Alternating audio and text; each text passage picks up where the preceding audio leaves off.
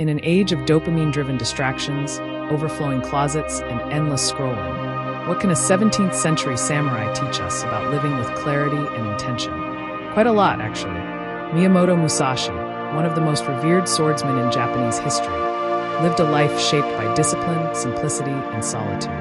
But just a few days before his death, he penned a brief yet profound document, Dokkōdō, or The Way of Walking Alone. 21 principles. No fluff, no excess. They were his final words on how to live and die with honor, clarity, and peace. And astonishingly, these ancient precepts align beautifully with modern ideas of minimalism and mindfulness. Today, we're going to explore how Musashi's stoic wisdom intersects with our present-day struggles, and how we can apply his timeless guidance to live more freely in a cluttered, chaotic world. Welcome to the Unfolding Journey, a space where ancient philosophy meets modern soul-searching. If you're someone who seeks depth and simplicity and calm in the chaos, you're in the right place. Every week, we unfold teachings from across time and tradition to help you live more mindfully, purposefully, and authentically. Let's begin.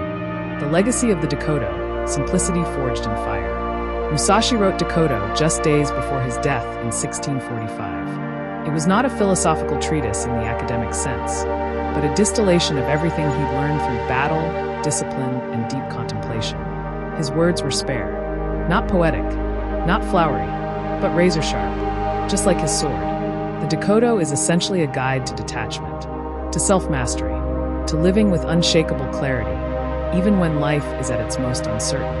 And that's where minimalism and mindfulness step in. In our world, minimalism often starts with decluttering the home, but its deeper purpose is to declutter the mind, to live with intention and not be ruled by things.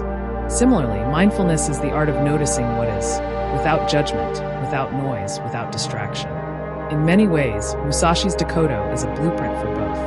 Let's dive into a few of the core principles and see how they echo loudly in our modern search for peace. Do not seek pleasure for its own sake. This might be one of the most countercultural statements you could make in 2025. We live in an economy that thrives on pleasure-seeking, instant gratification, streaming services, shopping sales, and the endless scroll. Happiness has become a commodity. But Musashi's point was simple. Chasing pleasure makes you weak. Not because pleasure itself is bad, but because seeking it compulsively makes you a slave to your desires. Minimalism encourages us to look at what we really need and cut away what is just impulse. Mindfulness teaches us to pause before reacting. Musashi's call isn't to avoid joy, but to stop worshiping it. So the next time you feel the urge to buy something you don't need or fill silence with stimulation, ask yourself, is this joy or just escape? Do not, under any circumstances, depend on a partial feeling. This line is cryptic, but powerful. It's a warning against half-heartedness, against indecision, against chasing something just because it feels good in the moment. In mindfulness, we learn to observe emotions, but not let them steer the ship. Feelings are real, but they're not always true. Musashi is telling us, don't base your choices on fleeting moods or partial clarity. In minimalist living, this means resisting impulse buys or life choices made out of fear, boredom, or peer pressure. It means slowing down, feeling fully, and acting only from a grounded place. It's about choosing from clarity, not craving. Think lightly of yourself and deeply of the world. This is humility, stripped to its essence. Minimalism isn't just about living with less. It's about needing less recognition, less status, less ego. To think lightly of yourself doesn't mean you aren't worthy. It means your life isn't about performance or posturing. It's about being in tune with the bigger picture. Modern mindfulness echoes this, tuning into something greater than your own narrative, whether it's the breath, nature, or presence itself. When we take ourselves less seriously, we can begin to take the world more seriously. To care, to listen, to serve. In letting go of the need to be important, we become more connected, and ironically, more impactful. Do not let yourself be guided by the feeling of lust or love. This might sound harsh in a culture obsessed with romance. But Musashi isn't anti-love, he's anti-attachment. He's warning us about being ruled by emotions so strong they cloud judgment. From a minimalist perspective, this is about boundaries, knowing when emotional entanglement becomes clutter, when relationships consume more than they nourish. Mindfulness teaches us to love consciously, not cling, not lose ourselves. Musashi's way is one of inner balance, not coldness, but clarity. Be detached from desire your whole life long. This might be the central message of the Dokkodo, and the hardest one to live by. But here's the paradox. Detachment from desire doesn't mean detachment from life. It means freedom within life.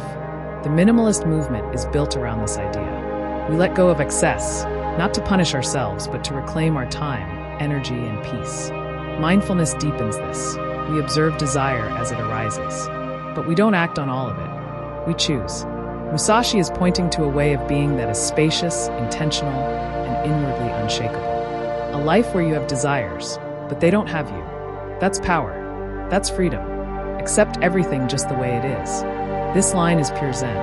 Acceptance doesn't mean passivity. It means clarity. When we stop resisting reality, we can respond wisely to it. Minimalism teaches this through physical space. Let go of what no longer serves you.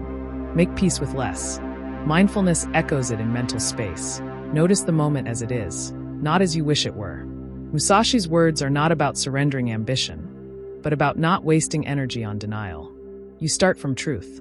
You move from what is, not what should be. Do not regret what you have done. Regret keeps us chained to the past. Minimalism invites us to travel lighter, emotionally as well as physically. Mindfulness says, notice the thought of regret, but don't get lost in it.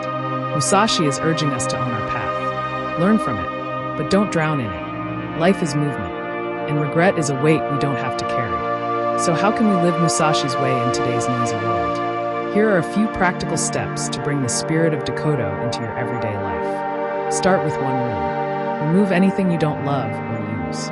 Make space for clarity. Practice silence daily. Even just 5 minutes of mindful breathing can reveal how much noise we carry inside. Question your wants. Before a purchase, ask, is this a need or a craving? Journal on the 21 principles. Choose one per week. Reflect on how it shows up in your life. Seek solitude, not loneliness. Musashi walked alone, not because he was lost, but because he was grounded. Make peace with your own company. Minimalism is not about deprivation. It's about devotion to what matters. Mindfulness is not about zoning out. It's about waking up to what is. And Musashi's Dokkodo? It's not about being a warrior with a sword. It's about being a warrior of the mind, disciplined, clear, and free.